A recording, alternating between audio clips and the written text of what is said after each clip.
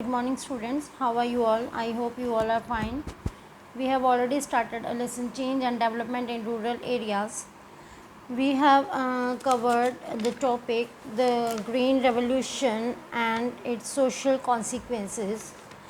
Today we are going to start the new topic of this lesson, that is transformations in rural society after independence. Transformation means changes, ठीक है, कि rural society में किस तरीके के changes आए independence के बाद में.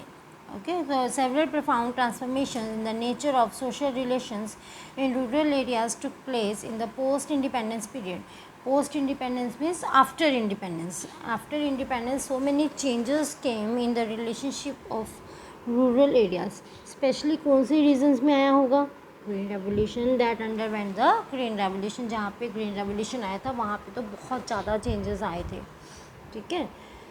दीज इंक्लूडेड कौन कौन से, देखो, an increase in the use of agricultural labour as the cultivation become more intensive. कि जो लेबर थे उनको कल्टिवेशन के लिए यूज़ करना, ठीक है. Second, shift from payment in kind to payment in cash. Payment पैसे में होने लगी, ठीक है. Third, a loosening of traditional bonds or hereditary relationship between farmers or landowners and agriculture workers. जो उनका ट्रेडिशनल बॉन्ड था वो टूट गया.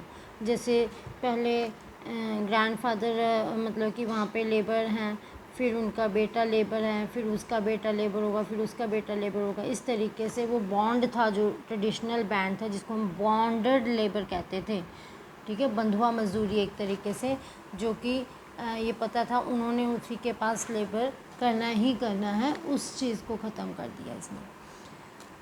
And the rise of class of free veg workers, ठीक है, मीन्स विदाउट वेजेस काम करने वाले वर्कर्स का इनके क्लास भी बढ़ गई थी, ठीक है. The change in the nature of relationship between landlords and agricultural workers was described by the sociologist Jan Bremen as a shift from patronage to exploitation, ठीक है. तो क्या है कि उन्होंने क्या बताया है, जैन ब्रेमैन ने कहा कि ये जो इनका जो रिलेशनशिप है वो पैट्रोनेज से एक्सप्लॉयटेशन की तरफ चला गया है, ठीक है. Such changes took place in many areas where agriculture was becoming more commercialized, that is, where crops were being grown primarily for sale in the market. ऐसे changes कहाँ पे आए? जहाँ पे एग्रीकल्चर जो है वो कमर्शलाइज हो गई थी. कमर्शलाइज होने का मतलब है कि जहाँ पे जो फर्स्ट एम जो था एग्रीकल्चर का, फसल उगाने का, ओके, फर्स्ट एम क्या था वहाँ पे? To sale in the market. Market में सेल करना उनका पहला क्या था? एम होता था. That is a commercialisation. The transformation in labour relation is regarded by some of the scholar as indicative of the transition of capitalist agriculture, ठीक है. ये जो हमारा लेबर रिलेशनशिप था उसको बोला, कहते हैं ये एक इंडिकेशन था. किस चीज़ का indication? Transformation to capitalist agriculture. Capitalist मैंने पहले ही बताया है, कुछ लोगों के हाथ में रह जाना पावर. तो ये भी ऐसा ही था. क्यों ऐसा था? क्योंकि कुछ ही एरियाज़ में ये ग्रीन रेवोल्यूशन आया था, सभी जगह पे नहीं आया था. Because the capitalist mode of production is based on the separation of the workers from the means of production. क्योंकि जो कैपिटलिस्ट था उसमें क्या था? Production is based on the separation of workers from the means of production. कि जो workers काम करने वाले हैं वो अपने जो मीन्स ऑफ प्रोडक्शन है, जैसे लैंड है, उससे दूर हो जाएंगे. उनकी खुद की लैंड नहीं रहेगी, वो दूसरे के लिए ही काम करेंगे. And the use of free veg labour, यानी बिना पैसे के काम करना, ये कैपिटलिस्ट हो गया. यानी वो जो एक दो गिने चुने लोग हैं वो दूसरों को काम पे लगाएंगे. कितना मर्जी मन किया दिया, कितना मर्जी मन किया नहीं दिया, क्योंकि वो फ्री हो गए. उनके पास कुछ नहीं था काम करने को, तो इसलिए वो ऐसे ही काम करने में मजबूर हो गए. In general it is true that farmers in the more developed regions were becoming more oriented to the market.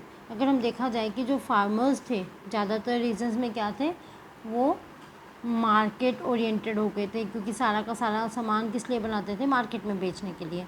As cultivation became more commercialised, this rural areas were also becoming integrated into the wider economy. ठीक है, क्योंकि commercialisation हो गया तो ये वाले areas क्या हो गए, इकोनॉमी के साथ जुड़ गए, इंटीग्रेट. ठीक है, पैसा कमाने लगे. ठीक है, this process increase the flow of money into villages and expanding opportunities for business and employment. इससे क्या हुआ, पैसा आने लगा विलेजेस में और अपॉर्चुनिटीज़ किस चीज़ की खुलने लगी, बिजनेस की और एम्प्लॉयमेंट की. But we should remember that this process of transformation in the rural economy in fact began during the colonial period. colonial period में भी तो ऐसा ही हुआ था. ठीक है ना, colonial period में जब कॉलोनीज़ बननी शुरू हो गई थी, तो इंडस्ट्रीज़ बननी शुरू हो गई थी, तो उस टाइम भी ऐसा ही कुछ हुआ था. ठीक है ना, बिजनेस की अपॉर्चुनिटीज़ वगैरह आनी शुरू हो गई थी, तो ट्रांसफॉर्मेशन हुआ था इस तरीके से. ठीक है, और जो क्रॉप्स हम उगाते थे वो नहीं उगा पाते थे, जो हमसे कहा जाता था कि ये वाली उगानी है, जैसे इंडिगो वगैरह की प्रोडक्शन है वो ज़्यादा होने लगी थी, क्योंकि उससे मार्केट में बेच के ज़्यादा मुनाफा होता था, तो इसीलिए वो ऐसी जो क्रॉप्स हैं वो उगनी शुरू हो गई थी. In many regions in the 19th century, large tracts of land in Maharashtra were given over to cotton cultivation, and cotton farmers became indirectly linked to the world market. ठीक है, तो क्या हुआ 19th सेंचुरी में, क्या हुआ था कि बड़े बड़े लैंड्स जो थे महाराष्ट्र में, वो क्या किया गया, कॉटन की कल्टीवेशन के लिए दिए गए, और जो कॉटन फार्मर्स जो थे वो डायरेक्टली क्या है, मार्केट से जुड़ गए थे. However, the pace and spread of change rapidly increased after independence as the government promoted modern methods of cultivation and attempted to modernize the rural economy through other strategies.